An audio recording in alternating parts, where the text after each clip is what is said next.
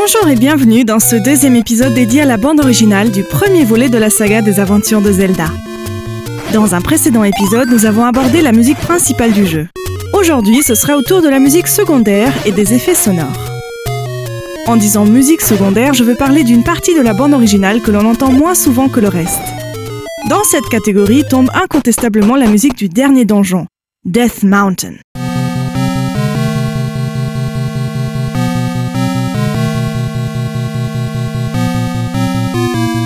Kondo Koji a prévu pour ce donjon une musique stressante et menaçante. Les moyens musicaux utilisés à cet effet sont composés de manière très habile. Tout d'abord, nous avons une basse avec des pulsations rapides et pressantes qui évoluent de manière chromatique. La voici toute seule.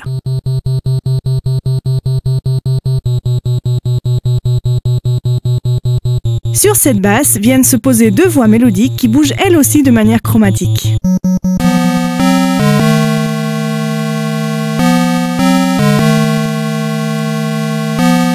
Mais plus important encore, elle reste à tout moment dans l'intervalle le plus dissonant qui soit, la quarte augmentée aussi appelée triton. Dans un précédent épisode, j'ai eu l'occasion de vous expliquer que le triton était un intervalle dissonant par excellence, carrément interdit à une époque et même appelé diable en musique à cause de sa sonorité particulièrement désagréable.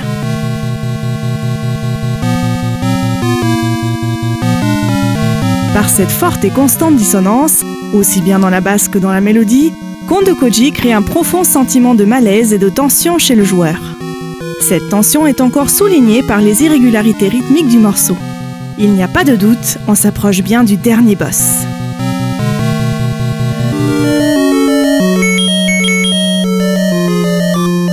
Une autre musique secondaire, ou du moins on ose espérer, est celle du Game Over.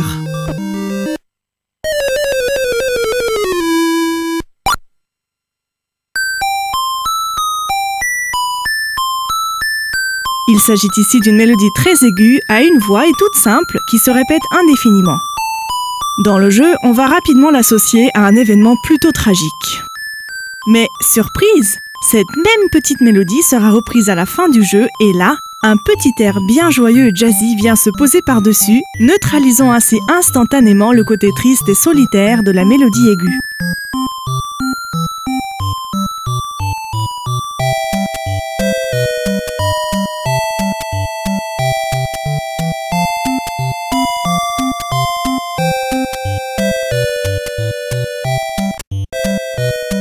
Kondo Koji crée ainsi une identité commune entre le Game Over et le réel Game Over, la fin du jeu.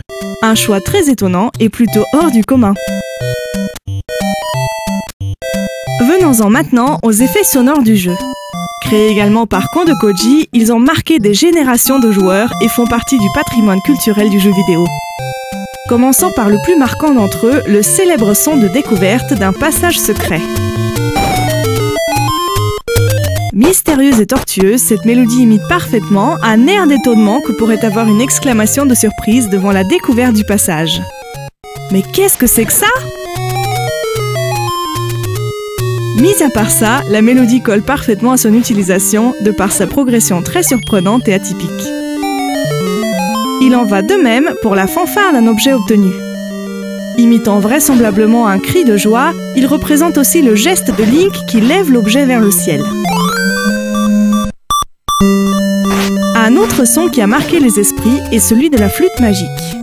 Encore une fois, la mélodie imite ici l'air d'un appel du haut vers le bas.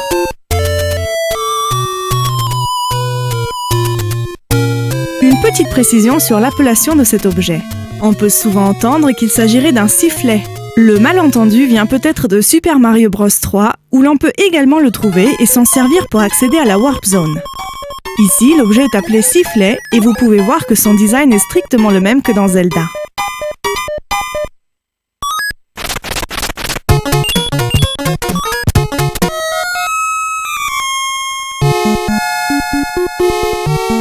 Mais attention, dans la légende des objets de Zelda, on peut lire le mot anglais « recorder ». Ce mot signifie flûte à bec et nous indique donc sans l'ombre d'un doute qu'il s'agit bien d'une flûte et non pas d'un sifflet. D'ailleurs, vous pouvez entendre la mélodie de la flûte dans le magnifique thème d'ouverture d'Ocarina of Time.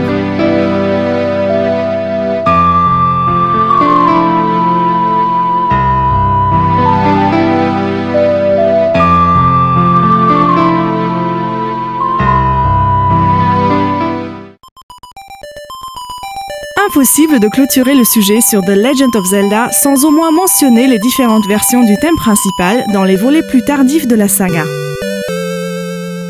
Dans Zelda 2, The Adventure of Link, seul le tout début du thème est utilisé.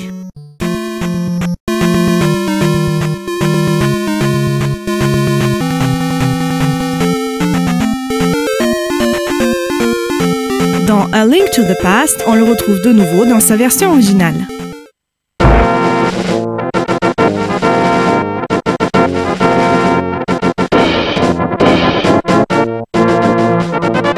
On peut également l'entendre dans plusieurs arrangements dans Link's Awakening sur Game Boy.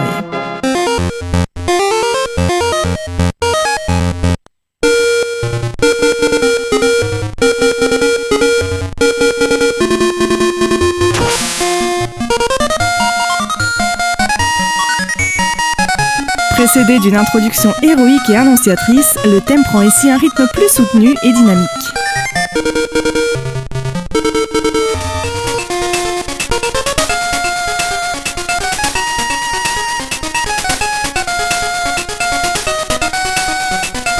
On trouve aussi le thème dans Majora's Mask, dans une version légèrement altérée, mais toujours très reconnaissable.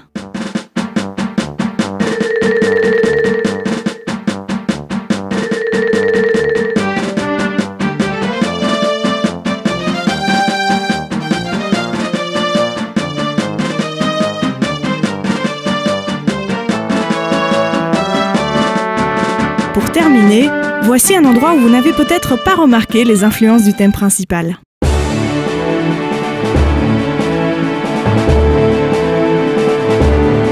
Dans la musique du bateau dans Wind Waker, vous pouvez clairement entendre des références mélodiques, rythmiques et harmoniques au thème original de Zelda.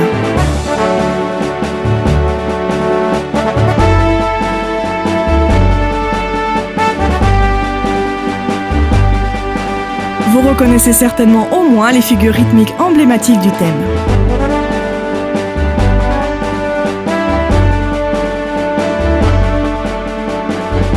La mélodie devient encore plus éloquente un peu plus tard dans le morceau.